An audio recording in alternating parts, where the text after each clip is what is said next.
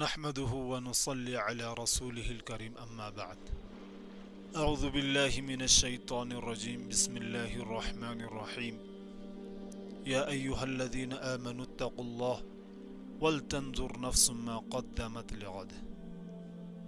میرے محترم بزرگوں اور دوستوں،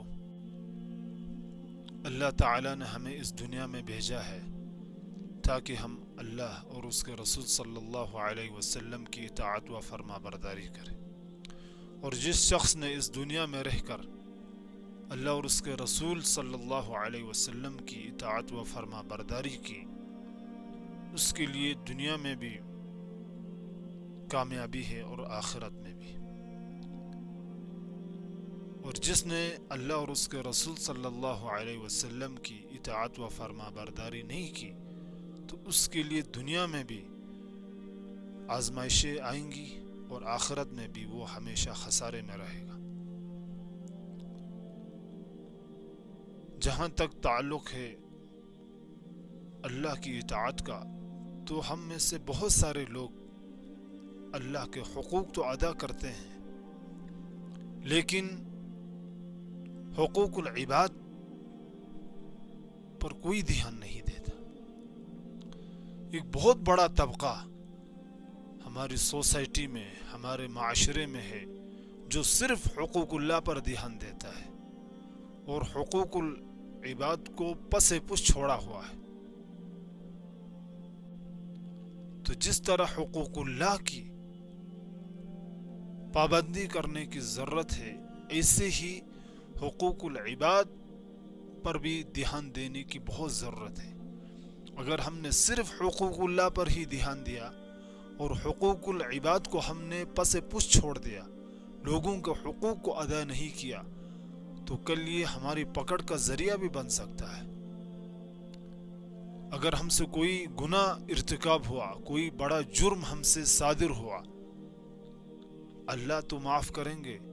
اللہ کے سامنے اگر ہم گڑ گڑائیں گے اور روئیں گے اور اس گناہ پر ہمیں شرمندگی ہوگی، ہمیں ندامت ہوگی، اور آئندہ ہم یہ عزم مصمم کریں گے کہ اس گناہ کے قریب نہیں جائیں گے، تو اللہ تعالیٰ کی ذات سے امید کی جا سکتی ہے کہ اللہ اس شخص کو معاف کرے گا۔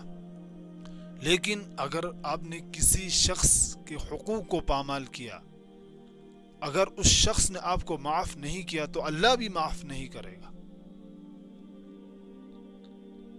تو کل یہ پکڑ کا ذریعہ بھی بن سکتا ہے۔ تو ہمیں چاہیے کہ جس طرح ہم حقوق اللہ پر دھیان دیتے ہیں، ایسے ہی ہم حقوق العباد پر بھی دھیان دیں۔ ہمارے معاشرے کے اندر بہت بڑا طبقہ آپ کو نظر آئے گا جو مسجد کی پہلی صف میں ہوتا ہے اور زکوٰۃ دینے میں بھی آگے، حج اور عمرے کی تو بات ہی چھوڑ دو، لیکن اور حقوق العباد، لوگوں کے ساتھ ان کے حقوق کیسے ہیں، اس میں وہ بالکل زیرو ہیں۔ ایک مجلس میں اللہ کے رسول صلی اللہ علیہ وسلم نے صحابہ سے فرمایا، اتدرون ما المفلس، کیا تم جانتے ہو میری امت کا مفلس شخص کون ہے؟ تو صحابہ نے کیا عرض کیا، اے اللہ کے رسول، من لیس لہ دینار ولا درہم، جس کے پاس دینار و درہم نہ ہو وہ مفلس شخص ہے۔ تو اللہ کے رسول نے کیا فرمایا، نہیں، میری امت کا مفلس شخص وہ ہے ان یأتی یوم القیامت بصلاۃ وصیام وزکوٰۃ، جو روزے لے کر آئے، جو حج لے کر آئے، جو نمازوں کا ڈھیر لے کر آئے، جو حج و عمرے کا ڈھیر لے کر آئے، لیکن اس نے حقوق العباد میں کوتاہی کی ہوگی۔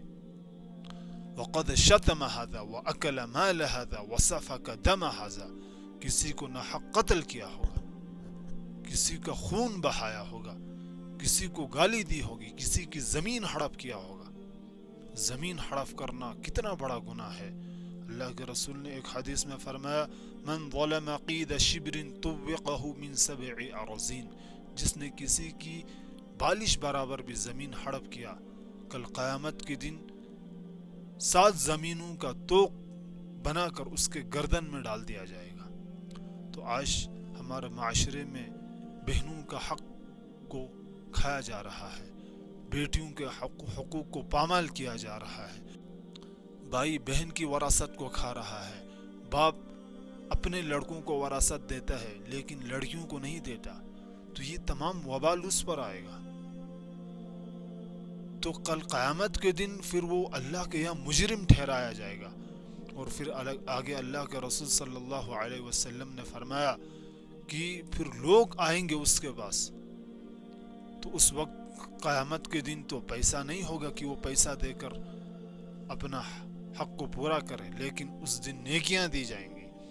تو حقدار لوگ آئیں گے، اور جس شخص نے نیکیوں کا ڈھیر لے کر آیا تھا، تمام وہ ڈھیر ختم ہو جائے گا۔ ابھی لوگوں کے حقوق اس پر ہوں گے، کسی کو قتل کیا ہوگا، کسی کو گالی دی ہوگی، تو جو لوگوں کے گناہ ہے وہ اس پر ڈال دیے جائیں گے۔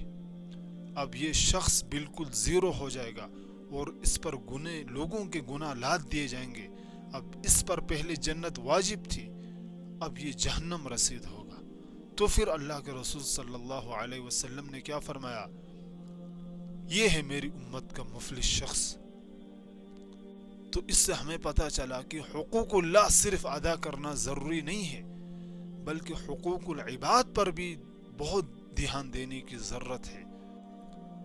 تو ہمیں چاہیے کہ ہم حقوق اللہ پر بھی دھیان دیں اور حقوق العباد پر بھی ہم دھیان دیں، کیونکہ اگر ہم صرف حقوق اللہ پر ہم دھیان دیں گے اور حقوق العباد کو ہم پس پش چھوڑ دیں گے، اس کو ترک کر دیں گے، لوگوں کے حقوق کو ہم ادا نہیں کریں گے، ان کے حقوق کو پامال کریں گے، تو کل یہ ہماری پکڑ کا ذریعہ بن سکتا ہے۔ اللہ تعالی ہمیں حقوق اللہ اور حقوق العباد کو پورا کرنے کی توفیق عطا فرمائے۔